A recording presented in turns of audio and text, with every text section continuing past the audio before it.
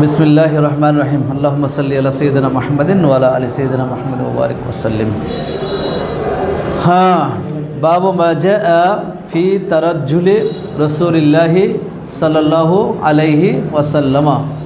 আল্লাহ রসুল সাল্লাল্লাহু আলাইহি ওয়াসাল্লামের মাথা আঁচড়ানো, চুল আঁচড়ানো, বুঝলি? তারাজ্জুলি রসুলিল্লাহ সাল্লাল্লাহু আলাইহি ওয়াসাল্লাম, রসুল কীভাবে চুল আঁচড়াতেন সে বিষয়ে আজকে আমরা কিছু পড়ব। কেমন?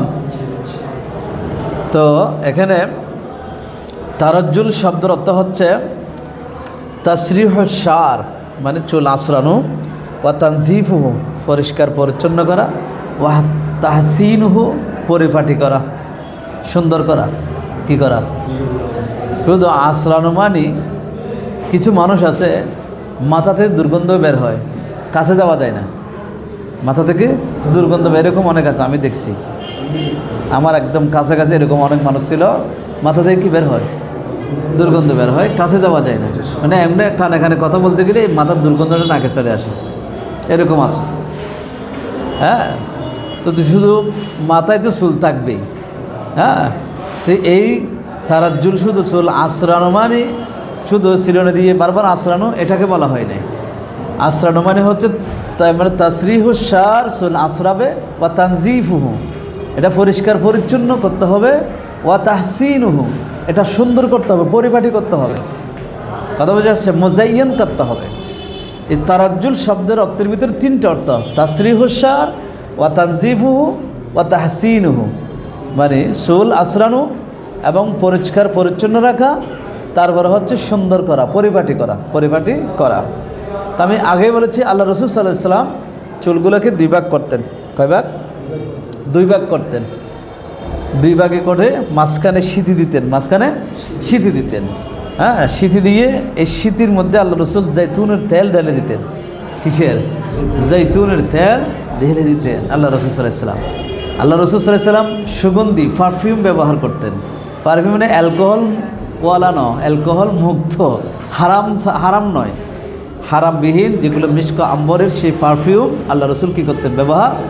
আল্লাহ রসুলের গাম মোবারক থেকে অলরেডি তো পারফিউমের খুশবু আসতো, হ্যাঁ, যেগুলো সাহাবায়ে কেরাম গ্রহণ করতেন। এর বাইরেও আল্লাহ রসুল সাল্লাল্লাহু আলাইহি ওয়াসাল্লাম কী করতেন? বিভিন্ন সুগন্ধি, মিস্ক আম্বরের সুগন্ধি কী করতেন? ব্যবহার করতেন। কথা বোঝা যাচ্ছে?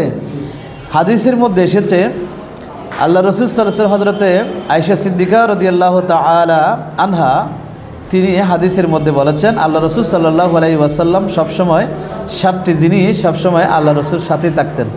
এটা ইমাম তাবরানী রাহমাতুল্লাহ আলাইহি মুজামুল আওসাত নামক কিতাবের মধ্যে বর্ণনা করেছেন হযরত আয়েশা সিদ্দিকা রাদিয়াল্লাহু তাআলা আনহা থেকে, যে আল্লাহ রসুল সাল্লাল্লাহু আলাইহি ওয়াসাল্লাম সফরে থাকুক, যেই অবস্থায় থাকুক না কেন, তখন আল্লাহ রসুল থেকে পৃথক হতো না সেওয়াকুহু ওয়া মুশতুহু, মানে চিরুনি এবং মিসওয়াক, এগুলো কখনো আল্লাহ রসুল সাল্লাল্লাহু আলাইহি ওয়াসাল্লাম থেকে কী হতো না? পৃথক হতো না। আরেকটা বর্ণনা এসেছে 7টি বিষয় সাবউন লাম ইয়াকুন রাসূলুল্লাহ সাল্লাল্লাহু আলাইহি ওয়াসাল্লাম ইয়াতরুকুহুন্না ফি সাফারিন ওয়ালা হাদারা। আল্লাহ রসুল সাল্লাল্লাহু আলাইহি ওয়াসাল্লাম সফর অবস্থা হোক, মুকিম অবস্থা হোক, সর্বাবস্থায় 7টি বিষয় আল্লাহ রসুল থেকে কখনো পৃথক হতো না। আল্লাহ রসুল সাল্লাল্লাহু আলাইহি ওয়াসাল্লামের একটা বাক্স ছিল, বাক্স। এখানে এগুলো আমাদের দেশে মেয়েদের বাক্স আছে না, কসমেটিক বাক্স আছে না, এখানে বিভিন্ন আইটেম ওরা রাখে না। আল্লাহ রসুলের একটা বাক্স ছিল, সেই বাক্সের মধ্যে এই 7টি বিষয় থাকতো। কয়টি বিষয়? 7টি বিষয় থাকতো। সেগুলো কী কী ছিল? একটা ছিল আল কারুরা, মানে শিশি, কাছের শিশির আছে না, শিশি, আতর দিয়ে আমরা শিশির রাখি না? এই যে আমার মানে আতর এখানে রাখা হয়েছে, এই যে শিশিরি, আতরের শিশিরি, এরকম আতরের শিশিরি কোনো বন্ধনে এসেছে, এটা তেলের শিশি, জাইতুনের তেলের শিশি আল্লাহ রসুল রাখতেন। ওয়াল মুস্ত, চিরুনি রাখতেন। তারপরে হচ্ছে ওয়াল মিরা, আয়না রাখতেন। কি রাখতেন? আয়না রাখতেন। ওয়াল মুখহোলা, মানে সুরমাদানি আছে না, সুরমাদানি আছে না, সুরমাদানি রাখতেন, মানে সুরমা রাখতেন আর কি। ওয়াল সেওয়াক, মিসওয়াক রাখতেন। ওয়াল মেকাস, কেচি রাখতেন, কেচি। কি রাখতেন? কেচি রাখতেন।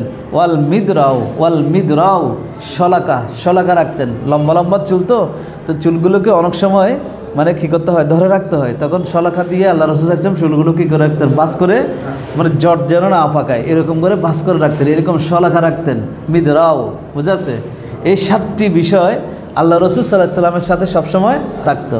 এটা কে বলেছেন? হযরতে আয়েশা সিদ্দিকা রাদিয়াল্লাহু তাআলা আনহা তিনি বলেছেন। এটা বর্ণনা করেছেন আল্লামা ইবনু জৌজি রাহমাতুল্লাহ আলাইহি আল ওয়াফা নামক কিতাবের মধ্যে বর্ণনা করেছেন। ইমাম খতিবে বাগদাদি রাহমাতুল্লাহি আলাইহি তিনিও বর্ণনা করেছেন, বলেছেন আল্লাহ রাসূল থেকে এই 7টি বিষয় কখনো কি হতো না, পৃথক হতো না। কি কি বলো তো? বলো। 1 নম্বর শিশি, আতরের শিশি অথবা তেলের শিশি। 2 নম্বর চিরুনি। 3 নম্বর আয়না। 4 নম্বর সুরমাদানি। 4 নম্বর সুরমাদানি। তারপরে 5 নম্বর মিসওয়াক। 5 নম্বর কি? মিসওয়াক। 6 নম্বর কেসি। 6 নম্বর কি? কেচি। 7 নম্বর কি? শলাকা। শলাকা কথা বোঝা যাচ্ছে? চুল যেন জট না পাকায় এরকম একটা কি শলাকা। কথা বোঝা যাচ্ছে? আবার এই শলাকা ব্যবহার করার ক্ষেত্রে খুবই সাবধানতা থাকতে হবে, কারণ এই শলাকা ব্যবহার করতে যদি কোনো মেয়ের মতো লাগে, সাদৃশ্য যদি মেয়ের মতো হয়ে যায়, তাহলে এটা জায়েজ নাই, হ্যাঁ হারাম হয়ে যাবে। এটা মেয়ের সাথে সাদৃশ্য হতে পারবে না। তাহলে এই 7টি বিষয়, 7টি জিনিস আল্লাহ রসুল সবসময় কি সাথে রাখতেন। কথা বোঝা যাচ্ছে? এগুলো সুন্নাহ। এগুলো কি সুন্নাহ। তো এই জন্য আমি তারাজ্জুল শব্দের কথাটা বলছিলাম। তারাজ্জুল মানে শুধু মাথা আশ্রিয়ে নিয়ে আসে, যখন আসে তখন শুধু মাথা আশ্রাবো এরকম নয়, বরং তারাজ্জুল মানে হলো মাথা আশ্রানো, সাথে সাথে পরিষ্কার পরিচ্ছন্ন রাখা এবং সাথে সাথে পরিপাটি রাখা, চুলগুলোকে কী রাখা? পরিপাটি রাখা। এটা হতো তারাজ্জুল শব্দের অর্থ। কেমন?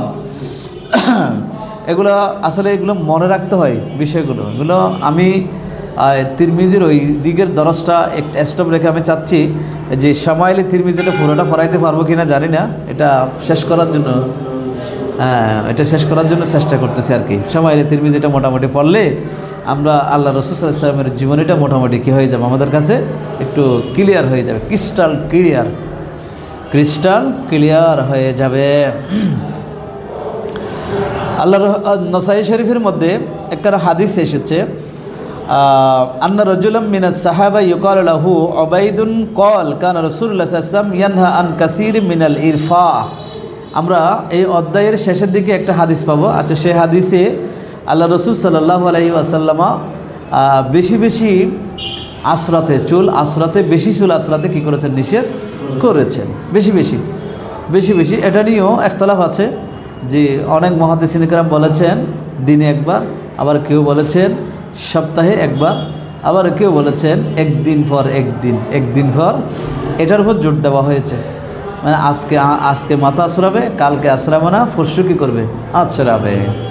হ্যাঁ, একদিন পর একদিন এরকম থাকতে হবে। তারপরে এসেছে নাসাই শরীফের মধ্যে আরেকটা হাদিস এসেছে, আব্দুল্লাহ ইবনে শাকিক রহমতুল্লাহি আলাইহি তিনি বলেন, ক্বাল কানা রাজুলুম মিন আসহাবিন নবী সাল্লাল্লাহু আলাইহি ওয়াসাল্লাম আমিলান বিমিসর। আল্লাহ রাসূলের একজন সাহাবী মিশরের গভর্নর ছিলেন, মিশরে। ফাতাহু রাজুলুম মিন আসহাবি, তখন সাহাবীদের মধ্যে আরেকজন সাহাবী মিশরে যখন আসলো, তখন ফাইজান হুয়া শাইসুর রাস, তখন দেখলেন যে আল্লাহ মিশরের গভর্নর যিনি, তার মাথার চুলগুলো এলোমেলো, উস্কো মানে এলোমেলো দেখতে পেলেন। তো এরকম যখন দেখতে পেলেন তো ক্বালা মালি আরাকা মুশআনান, বলে কী হয়েছে তোমার চুলগুলো এরকম এলোমেলো কেন? হ্যাঁ, মানে কোনো কি নেই, পরিপাটি নেই, আশ্রানো নেই, এইরকম কেন? তখন তিনি বলেছেন ওয়া আনতা আমির, অথচ তুমি হচ্ছে মিশরের একজন গভর্নর। ক্বাল কানা নবিয়ুল্লাহ সাল্লাল্লাহু আলাইহি ওয়াসাল্লাম ইয়ানহানা আনিল ইরফা, তখন তিনি বলেছিলেন আল্লাহ রাসূল সাল্লাল্লাহু আলাইহি ওয়াসাল্লাম ইরফা থেকে আমাদেরকে নিষেধ করেছিলেন। তখন আমি জিজ্ঞেস করলাম ওয়ামাল ইরফা, বলে ইরফা কি? ক্বালা আত-তারাজ্জুলু কুল্লা ইয়াউমিন, বলে প্রতিদিন মাথা আশ্রানো, এটা হচ্ছে ইরফা। প্রত্যেক দিন মাথা আশ্রানো, এটা কি? এটাকে কি বলা হয়? ইরফা বলা হয়। এটাকে কি বলা হয়? ইরফা বলা হয়। বলে এটা থেকে আল্লাহ রসুল কী করেছেন? নিষেধ করেছেন। এই জন্য আমি কী করি না, প্রতিদিন মাথা আশ্রাই না। এই জন্য আমার চুলগুলো কি দেখতেছ? এলোমেলো দেখতেছ। কেমন? এরকম একটি বর্ণনা এসেছে। তারপরে আবু দাউদ শরীফের মধ্যে আবু হুরায়রা রাদিয়াল্লাহু তাআলা আনহু থেকে আবার একটা হাদিস এসেছে, নবী করিম সাল্লাল্লাহু আলাইহি ওয়াসাল্লাম বলেছেন, মান কানা লাহু শা'রুন ফালিইউকরিমহু, যে ব্যক্তির চুল আছে সে যেন চুলগুলোকে পরিপাটি করে রাখে। আবার সেটাও বলা হয়েছে, সেটাও যার মাথায় চুল আছে সে যেন চুলগুলো কী রাখে? পরিপাটি করে রাখে। মুয়াত্তায়ে ইমাম মালিক, এটা কামিল সেকেন্ড ইয়ার আবার দিছে, এখন থেকে সিলেবাসভুক্ত, তোমরা পড়বে। মুয়াত্তা ইমাম মালিক, এখানে একটা 3494 নম্বর হাদিস, যেটা সে হাদিসের মধ্যে দেখা যাচ্ছে মালিকিন আন যায়েদ ইবনে আসলামিন আন নাতা ইবনে ইয়াসারিন আখবারাহু ক্বাল কানা রাসূলুল্লাহ সাল্লাল্লাহু আলাইহি ওয়াসাল্লাম ফিল মসজিদে ফাদাহালা রাজুলুন সাইরুর রাস ওয়াল লিহয়া আল্লাহ রসুল সাল্লাল্লাহু আলাইহি ওয়াসাল্লাম মসজিদে নববীতে উপবিষ্ট ছিলেন। এক ব্যক্তি মসজিদে প্রবেশ করলো, যার দাড়িগুলো এলোমেলো ছিল, মাথার চুলগুলো কি ছিল, এলোমেলো ছিল, সাইরুর রাস এরকম ছিল। তখন রসুল আশারা ইলাইহি রাসূলুল্লাহ সাল্লাল্লাহু আলাইহি ওয়াসাল্লাম বিয়াদিহি, আল্লাহ রসুল তাকে হাত দিয়ে ইশারা করছে। হাত দিয়ে কী করছে? ইশারা করছে। আনি খুরুশ, বলে তুমি এই মসজিদ থেকে বের হয়ে যাও, বের হয়ে গিয়ে বের হয়ে তুমি চুল এবং দাড়িগুলো কি করে নিয়ে আসো, একটু পরিপাটি করে চলে আসো। আই ইসলাহ শা'রি রাসিহি ওয়া লাহিয়াতিহি, মানে তুমি বাইরে গিয়ে একটু চুলগুলো দাড়িগুলো কী করে রাখো, একটু পরিষ্কার করে আসো, পরিপাটি করে আসো। তো ফাফা আলা রজুল, সেই ব্যক্তি বাইরে গিয়ে সেখান থেকে আবার এগুলো পরিপাটি করে মসজিদে ঢুকলেন। সুম্মা রাজা, ফিরে আসলেন। ফাকালা রাসূলুল্লাহ সাল্লাল্লাহু আলাইহি ওয়াসাল্লাম, নবীজি বললেন, আলাইসা হাযা খায়রাম মিন আইয়াতি আহাদুকুম সাইরার রাস কান্নাহু শাইতান, বলে তুমি যে এখন আসছো এটা কি উত্তম না? ওই যে শয়তানের মতো চুলগুলো এলোমেলো, উস্কো খুস্কো, দাড়িগুলো এলোমেলো, কোনো কিনে পরিপাটি নেই, এরকম আসার চেয়ে, শয়তানের মতো এরকম আসার চেয়ে পরিপাটি করে সুন্দর সুন্দর করে মসজিদে, আল্লাহর ঘর মসজিদে আসা, এটা কি উত্তম না? তার মানে এটা কি উত্তম। আবার আমাদের অনেকে আছে মসজিদের ভিতরে ঢুকে কী করে, চুল আশ্রয়। কিন্তু এ হাদিসে দেখা যায় আল্লাহ রসুল কি বলেছেন, তুমি মসজিদ থেকে বাইরে যাও, বাইরে গিয়ে ওখানে কি করো, চুল আশ্রিয়ে সুন্দর করে আসো। হ্যাঁ, তো এই জন্য মসজিদে, আল্লাহর ঘর মসজিদের মধ্যে অন্য কোনো কাজ সেখানে করা যাবে না। অনেকে অজু বানাইছে, শীতের কাপড় সবার সবগুলো নিয়ে মসজিদে ঢুকে গেছে, ঢুকে গিয়ে এবার কাপড়গুলো কোথায় পরে, মসজিদে পড়ে। হ্যাঁ, মসজিদে পড়তেছে, এরকম কেন হবে? অন্ততপক্ষে তুমি মসজিদের বারান্দায় করো, কিন্তু মসজিদের ভিতরে না। কথা বলছে সেগুলো সৌন্দর্যের খেলাফ, এগুলো কি সৌন্দর্যের খেলাফ, এগুলো হেলাফে আওলা, এগুলো উত্তমের খেলাফ, এগুলো করা ঠিক নয়। কথা বুঝে আসছে? ইবনে জৌজি আল ওয়াফা নামক কিতাবের মধ্যে আরও বর্ণনা করেছেন যে হযরত আনাস রাদিয়াল্লাহু তাআলা আনহু বলেছেন, রাসূলুল্লাহ সাল্লাল্লাহু আলাইহি ওয়াসাল্লাম ইদা আহাদা মাতজাহু মিনাল লাইল উদিয়া লাহু সাওয়াকুহু ওয়া তুহুরুহু ওয়া মুশতুহু, আল্লাহ রাসূল সাল্লাল্লাহু আলাইহি ওয়াসাল্লাম যখন ঘুমাতে যেতেন তখন পাশেই তিনি মিসওয়াক রাখতেন, তার পবিত্রতা হওয়ার যেই অজুর পানি সেগুলো রাখতেন এবং চিরুনিও সেখানে রাখতেন, আশেপাশে রাখতেন। আমরা ঘুমাই কিন্তু আমরা পাশে রাখি মোবাইল, আমরা কি রাখি, মোবাইল, আমরা মোবাইল এগুলো রাখি, মানে মোবাইল টিভি ঘুমাবো, তারপর মোবাইলটা পাশে রেখে ঘুমাই যায়। এই জন্য আমাদের ঠিকভাবে কি হয় না, ঘুম হয় না। কিন্তু আল্লাহ রসুল কি রাখতেন, মিসওয়াক রাখতেন। আল্লাহ রসুল পবিত্রতা হওয়ার, আমি ঘুম থেকে উঠবো, উঠেই আমি পবিত্র হব, সকালে কী দিয়ে পবিত্র হব সেই পানিগুলো কোথায়, সেগুলো ব্যবস্থা করে জোগাড় করে রাখতেন, যে কোনো তাহাজ্জুদের সময় উঠে যেন পানি খুঁজতে না হয়। হ্যাঁ, এই জন্য সেগুলো কী করে রাখতেন, মানে আগাম প্রস্তুতি নিয়ে রাখতেন, মিসওয়াক রাখতেন, চিরুনি রাখতেন। আল্লাহ তাআলা যখন তাকে রাতে জাগ্রত করতেন তখন তিনি মিসওয়াক করতেন, ওয়াতাওয়াদ্দাওয়া এবং ওযু করতেন, ওয়ামতাশাতা তখন মাথাও আঁচড়াতেন। কথা বুঝে আসছে? কোন সময়? রাতের সময়। এটা ইবনে জৌজি আল ওয়াফা নামক কিতাবে বর্ণনা করেছেন। খতিবে বাগদাদি আল কিফায়া নামক কিতাবে বর্ণনা করেছেন। হযরত আয়েশা সিদ্দিকা রাদিয়াল্লাহু তাআলা আনহা বলেন, হামসুন লাম ইয়াকুনিন নবী ইয়াদাহুন্না ফি সাফরিন ওয়ালা হাদিরিন, ওইটা আগেরগুলো। এখানে 5টি বিষয়ের কথা বর্ণনা করা হয়েছে। কেমন? এটা আমি 7টি বর্ণনা করে ফেলেছি। আয়েশা সিদ্দিকা আরেকটা হাদিস বন্ধু যেখানের মধ্যে কয়টি আসছে, 5টা এসেছে। আরেকটা হাদিস এসেছে তাবরানী আওসাতের মধ্যে, যেটা আমি তোমাদেরকে বলেছি। কেমন? যাই হোক, আমি যে কথা বলতে চাচ্ছিলাম, তাহলে আমরা আজকে বিষয়টা মোটামুটি জানলাম যে আল্লাহ রসুল সাল্লাল্লাহু আলাইহি ওয়াসাল্লাম চুলগুলো কী করতেন, আঁচড়াতেন। তাই আঁচড়ানো মানে হলো শুধু চিরুনি দিয়ে বারবার আঁচড়ানো, এটা নয়। আঁচড়ানো মানে হলো এটা আঁচড়ানোর সাথে সাথে এগুলো পরিষ্কার পরিচ্ছন্ন করতে হবে এবং পরিপাটি সুন্দর করতে হবে, যেন সুন্দর থাকে, এ কাজটা করতে হবে। কথা বোঝা যাচ্ছে? 3টি অর্থে ব্যবহৃত। এখন আমরা হাদিসগুলো দেখি। কেমন? وبه قال حدثنا إسحاق ابن موسى الأنصاري حدثنا معن ابن عيسى قال حدثنا مالك ابن أنس عن هشام بن عروة عن نبيه عن عائشة رضي الله تعالى عنها وعنهم قالت كنت أرجل رأس رسول الله صلى الله عليه وسلم وأنا حائض। حضرت আনাস, হযরতে আয়েশা সিদ্দিকা রাদিয়াল্লাহু তাআলা আনহা থেকে বর্ণিত, কলেন তিনি বলেন, কুনতু উরাজ্জিলু রাসা রাসূলুল্লাহ সাল্লাল্লাহু আলাইহি ওয়াসাল্লাম ওয়া আনা হাইজুন, আমি আমার নির্দিষ্ট সময়ে থাকা অবস্থায়, মানে অপবিত্র থাকা অবস্থায়ও আমি আল্লাহ রাসূল সাল্লাল্লাহু আলাইহি ওয়াসাল্লামের মাথার চুলগুলো কী করে দিতাম, আশ্রিয়ে দিতাম, মাথার চুলগুলো আশ্রয় দিতাম। কথা বোঝা যাচ্ছে? মানে কে করতো? আয়েশা সিদ্দিকা রাদিয়াল্লাহু তাআলা আনহু তিনি করতেন। আমি আমার মাথার চুলগুলো কি করে দিতাম? আশ্রিয়ে দিতাম। এরপর হাদিস وبه قال حدثنا يوسف بن عيسى قال أخبرنا وكيع قال أخبرنا الربيع بن سبيح عن يزيد بن عبان هو الرقاشي عن أنس بن مالك رضي الله تعالى عنه قال كان رسول الله صلى الله عليه وسلم يكسر دهن رأسه وتسريح لحيته ويكسر القناع حتى كأن ثوبه ثوب زيات। এখানে একটা নতুন বিষয় এসেছে, একটু খেয়াল করো। হযরত আনাস ইবনে মালিক রাদিয়াল্লাহু তাআলা আনহু থেকে বর্ণিত কল তিনি বলেন, কানা রাসূলুল্লাহ সাল্লাল্লাহু আলাইহি ওয়াসাল্লাম ইউকাসসিরু দুহনা রাসিহি, আল্লাহ রাসূল সাল্লাল্লাহু আলাইহি ওয়াসাল্লাম মাথার মধ্যে তেল বেশি বেশি দিতেন। মাথায় কি দিতেন? বেশি বেশি তেল দিতেন। মাথায় বেশি বেশি কি দিতেন? ওয়া তাসরিহু লিহায়াতিহি, মানে দাড়িগুলো আঁচড়াতেন। হ্যাঁ, ওয়া ইউকাসসিরুল কিনা, এবং মাথার মধ্যে একখানা কাপড়ের টুকরা দিতেন। একখানা কি দিতেন? কাপড়ের টুকরা দিতেন। হাত্তা কাআন্না সাওবাহু সাওবু জিয়াতিন, মনে হতো এই কাপড়ের টুকরাটা হচ্ছে তেলের মধ্যে ভিজিয়ে নিলে যেরকম পুরো কাপড়টা তেল হয়ে যায়, আল্লাহ রসুল মাথার মধ্যে যে কাপড়ের টুকরা দিতেন ওইটা তেল মিশ্রিত তেলের কাপড় হয়ে যেত। কি হয়ে যেত? তেলের কাপড়, তেলের মানে টুকরা হয়ে যেত। তো এখানে আল্লাহ রসুল সাল্লাল্লাহু আলাইহি ওয়াসাল্লামা এই যে কাপড়ের টুকরাটা কেন দিতেন? এটা কাপড়ের টুকরাটা দিতেন আল্লাহ রসুল এই জন্য তিনি ওই তেল দিতেন, এর উপরে পাগড়ি পরতেন। কি পরতেন?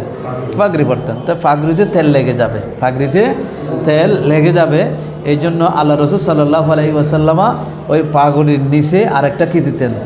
এক্সট্রা একটা কাপড় দিতেন, যাতে করে কি না লাগে? তেলগুলো পাগড়িতে না লাগে, তেলগুলো পাগড়িতে না লাগে। এইটা কেরনা খিরকাতুন তুলকা আলার রাস তাহতাল ইমামা বাদা ইস্তেমাল ইদ্দুহন ওয়াকায়াতাল লিল ইমামাতে মিন আসরিদ্দুহন ওয়া ইত্তিসাখিহা বিহি, যাতে তেল দ্বারা সেটা ময়লাও না হয়, ময়লাযুক্ত না হয়, তেল দ্বারা পাগড়ি যেন ময়লাযুক্ত না হয়, এবং ওই তেল থেকে পাগড়িটাকে যেন বাঁচাতে পারে, রক্ষা করতে পারে। এই জন্য আল্লাহ রসুল সাল্লাল্লাহু আলাইহি ওয়াসাল্লাম পাগড়ির নিচে মাথার উপরে একটা এক্সট্রা কি দিতেন? কাপড় দিতেন। একটা কি দিতেন? কাপড় দিতেন। এটাই হচ্ছে কথা। কথা বুঝে আসছে? এরকম অনেকে দেয় না, আমাদের অনেকে দেয়। তো وبه قال حدثنا حناد بن السري قال أخبرنا أبو الأحوص عن الأشعث بن أبي الشعث عن أبيه عن مسروق عن عائشة رضي الله تعالى عنها وعنه قالت أن كان رسول الله صلى الله عليه وسلم لا يحب التيمم في طهوره إذا تطهر وفي ترجله إذا ترجل وفي انتعاله إذا انتعل। এখানে নতুন বিষয়, তিনটি বিষয় উল্লেখ করা হয়েছে। আমরা হাদিসটা অনুবাদ দেখি, তারপর কিছু কথা বলবো। এক নম্বর হচ্ছে হযরত আয়েশা রাদিয়াল্লাহু তাআলা আনহা, আয়েশা সিদ্দিকা রাদিয়াল্লাহু তাআলা আনহা থেকে বর্ণিত, তিনি বলেছেন ইন কানা রাসূলুল্লাহ সাল্লাল্লাহু আলাইহি ওয়াসাল্লাম, রাসূল সাল্লাল্লাহু আলাইহি ওয়াসাল্লাম লা ইউহিব্বুত তায়াম্মুন ফি তুহুরিহি ইযা তাতাহারা, তিনি যখন পবিত্রতা অর্জন করতেন তখন ডান দিক থেকে পবিত্রতা অর্জন করাকে তিনি পছন্দ করতেন। ওয়া ফি তারাজ্জুলিহি ইযা তারাজ্জালা, যখন তিনি মাথা আঁচড়াতেন তখন ডান পাশটা আগে আঁচড়ানোকে তিনি কী করতেন? পছন্দ করতেন। ওয়াফি ইমতিয়ালিহি ইদান তাআলা, তিনি যখন জুতা পরিধান করতেন তখন ডান জুতা, ডান পায়ের জুতা আগে পরিধান করাকে তিনি কী করতেন? পছন্দ করতেন। কথা বুঝে আসছে এখন? ডান পায়ের জুতা। তাহলে মানে এই কাজগুলো এখানে তিনটি বিষয় এসেছে: পবিত্রতা, অজু করা, তারপরে হচ্ছে এই মাথা আঁচড়ানো, তারপরে হচ্ছে কি জুতা পরিধান করা। তিনটি বিষয়ের কথা এখানে এসেছে। এরকম অনেকগুলো বিষয় আছে। এক কথায় যে সমস্ত বিষয়গুলোর মধ্যে বরকত হাসিলের কথা থাকে, বরকতের বিষয় আছে, সেখানে আল্লাহ রসুল সাল্লাল্লাহু আলাইহি ওয়াসাল্লাম ডান দিক থেকে শুরু করতেন। জুতা পরলে বরকত কি? বলে জুতা পরলে আমরা জমিনের ময়লা থেকে রক্ষা পাই। জমিনে যদি কোনো আঘাত দেওয়ার মতো কোনো কিছু থাকে সেগুলো থেকে কি পায়?